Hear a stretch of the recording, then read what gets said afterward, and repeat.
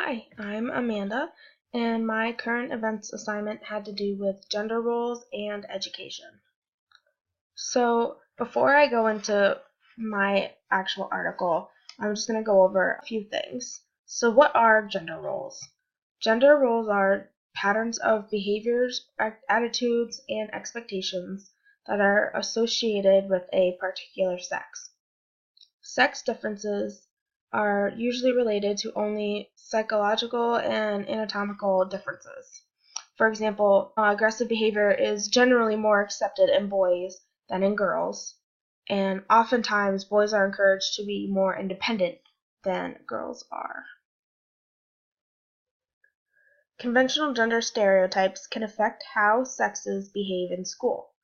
So, stereotypes can change physical behaviors, they can change styles of interaction between different people. Boys and girls can have different academic motivations, and their whole entire, general behaviors and choices can be different. There are different sources of stereotypes: parents, peers, media, teachers through response and their choices. Sometimes, although it can be unknown, but those are all different sources that can cause stereotypes in different genders in education settings. So my article was entitled "In Sweden's Preschools, Boys Learn to Dance and Girls Learn to Yell." It was a New York Times article that was just recently posted, and it was written by Ellen Barry. The article discusses gender roles at a very young age. Swedish preschool is undergoing an investigation to discover to what extent gender roles play in child development in the classroom. So the main summary of the article is that it takes place in a government-funded preschool in Seafarer, Sweden, and they're attempting to deconstruct gender differences.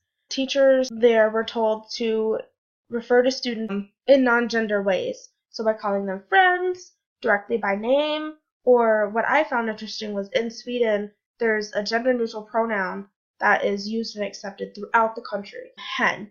So that is commonly used as well. Playtime was organized differently so that children don't feel the need to sort themselves out by gender. And a gender strategy was put into place where boys and girls were taught different traits that are generally associated with each other. So boys might be taught cooking or how to do hair or something like that that boys aren't usually taught, so such as dancing, as the title suggests. And during the study, teachers were also required to watch recording of themselves in the classroom to show bias that many teachers might not even be aware of.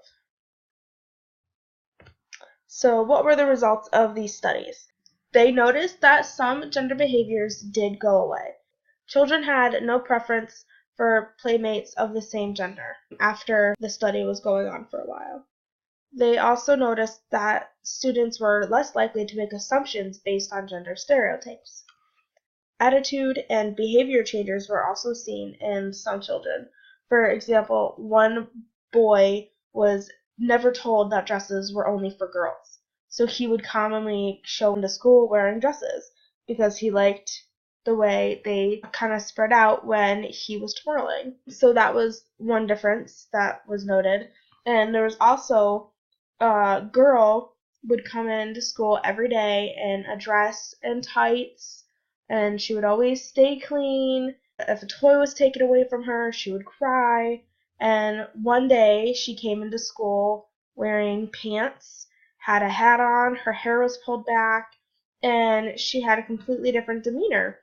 And when a toy was taken away from her, she responded no, and started fighting back instead of just sitting back and being docile. So there were behavioral changes seen in several children. Teacher bias was also corrected. So when the teachers watched the videos of themselves in the classroom, they noticed that girls were commonly spoken to with more words and more complex sentences. And one teacher discovered that when the children were getting ready to go play outside, she would only help the boys getting ready. And she realized that she just expected the girls to get themselves ready. So that was an interesting realization. The study, of course, doesn't come without any challenges. So one main challenge is society, because outside of the classroom, teachers realized that the stereotypes for gender differences are everywhere. Through billboards driving the car, on TVs and movies, through books, and through people like their parents and their friends and grandparents. And they realized that a lot of good they were doing inside the classroom was being immediately undone the minute, school ended. So that was one struggle. And there's also an opposition focus out there. Some people consider gender neutral studies and gender neutral preschools to be a form of liberal brainwashing. And people are convinced that citizens are afraid to openly criticize studies like this because they don't want to be regarded as feeling against equality. So that's one of the big challenges against gender neutral preschools. So what's the relevance of all this? Well, in our textbook, in Chapter 3 discusses gender differences and how it can affect education. Society, over time, just makes people become used to being treated differently. So that can generate unknown patterns of behavior in teachers and people. Teachers should be aware of gender gaps and should avoid unfairness in their treatment of students. So as a teacher, what can you do? By having high expectations for all students, gender bias can be decreased. One can also eliminate sex stereotype tasks in the classroom and choose words very carefully. I know a lot of things nowadays just fly off your tongue, but like sayings that I grew up like, oh, boys will be boys, or he chased you because he likes you, stuff like that is not helpful. And that could cause the stereotypes that are commonly seen today. You can also organize your classroom so that students don't separate themselves by sex. So whether you have assigned seating or format into like groups of 4, that could be helpful. And to also, again, notice personal bias. Notice on who you call on. Notice your grading styles. If you always judge males harder than females or vice versa, that could be a big realization that can make your teaching style be more fair gender-wise.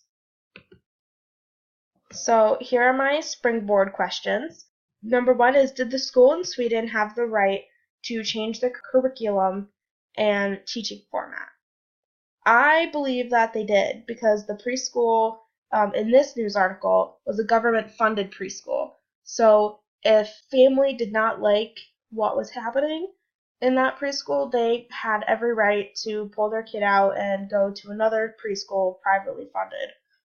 In my personal view, if you're using government funding, then you are subject to what, the government wants to do in that certain development.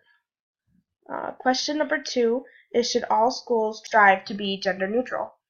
Now this one has a little wiggle room, because while I think boys and girls should all have the same education, I don't think we need to go as drastically as having gender neutral pronouns. I think all schools should strive to teach students in the same way. Boys and girls should be held to the same expectations. They should be expected to have the same academic levels. I think they should be taught about stereotypes, because a lot of times it's unknown.